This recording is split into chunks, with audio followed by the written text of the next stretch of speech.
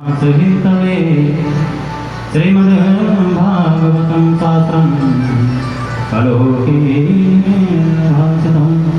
सबसे बड़ा ये कष्ट यदि है जीव को तो मरने से है। हर इसी त्रास का भय को दूर करने के लिए सुखदेव महामुनि ने इस कलिकाल में भागवत को प्रकट किया। बोल भागवत भगवान ध्यान में जीवन कैसे जीना चाहिए ये रामायण सिखाती है। जीवन में क्या करना चाहिए क्या नहीं करना चाहिए रामायण सिखाती है। क्या नहीं करना चाहिए महाभारत सिखाती है, परंतु कैसे मरना चाहिए भागवत सिखाती है। कि जीवन जीना खाना पीना तो लगा रहेगा पर मरना कैसे है ये भागवत सिखाता है। कि कैसे में मरे, मरना तो सबको है परंतु मर करके हम कहीं उस यम के दूत हमें घसीटते हुए न ले जाएं, इसलिए अपनी मृत्यु को सुधारो।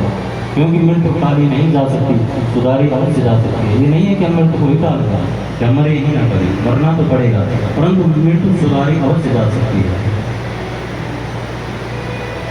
तो मरना कैसे चाहिए ये भागवत सिखाती है। क्योंकि राजा परीक्षित के सामने यही संकट आ गया था कि साधु को मरना है।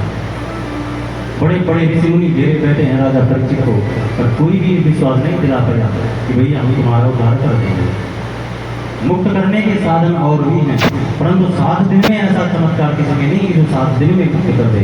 और सुखदेव महामुनि ने जब भागवत के माध्यम से राजा परीक्षित को सन्मार्ग की शिक्षा विधि और सन्मार्ग प्रशस्त करके दी उत्तम लोग प्राप्त करा के लिए बोल भागवत भगवान। इस भागवत के प्रमुख वक्ता हैं श्री सुखदेव जी। सुखदेव जी कौन है? एक बार जब अपने बैकुंठ से भगवान श्री हरि से धरा धाम पर अवतरित होने लगे तो राधा रानी का एक लालित पालित एक सुख था, तोते का बच्चा था। वो पिंजरे में था, उछल पड़ाने लगा, रोने लगा। राधा रानी ने पूछ दिया बेटा तू क्यों रो रहा है, तुझे क्या किस बात का छटपटाते हुए रोते हुए कहा उसके बच्चे ने माँ आप दोनों के तुम धरा धाम पर जा रहे हो तो मैं इस बैकुंठ में बैठ कर क्या मुझे भी अपने साथ लेगा, मैं अकेला यहाँ रह कर क्या कर सकता, इसलिए आप मुझे भी अपने साथ में लेकर के चले जाओ। राजा रानी ने पूछा अरे बेटा तू वहाँ जा करके क्या करेगा? तो सुखी बच्चे ने कहा माँ फिर आप वहाँ जा करके क्या करेंगे?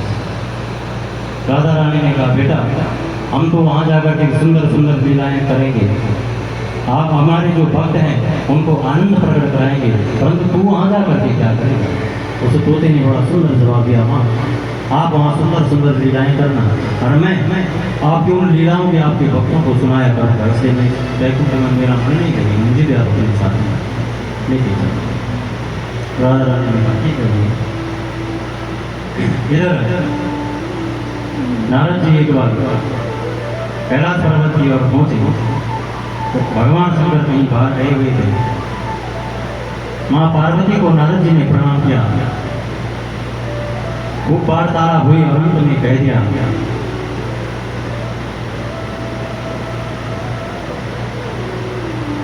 नारद जी ने कहा माँ मैं पृथ्वी में गया था परंतु जिस प्रकार से पृथ्वी की पत्नियां अपने पतियों से प्रेम करती है उस बैकुंठ में कोई नहीं। पार्वती जी का माथा पर हो गया, अरे नारद कैसी बात कर रहा है, मेरे पति शंकर भगवान मुझसे इतना प्रेम करते हैं इस संसार में कोई अगर वो दूसरा जितना प्यार अपने पत्नी से करता होगा।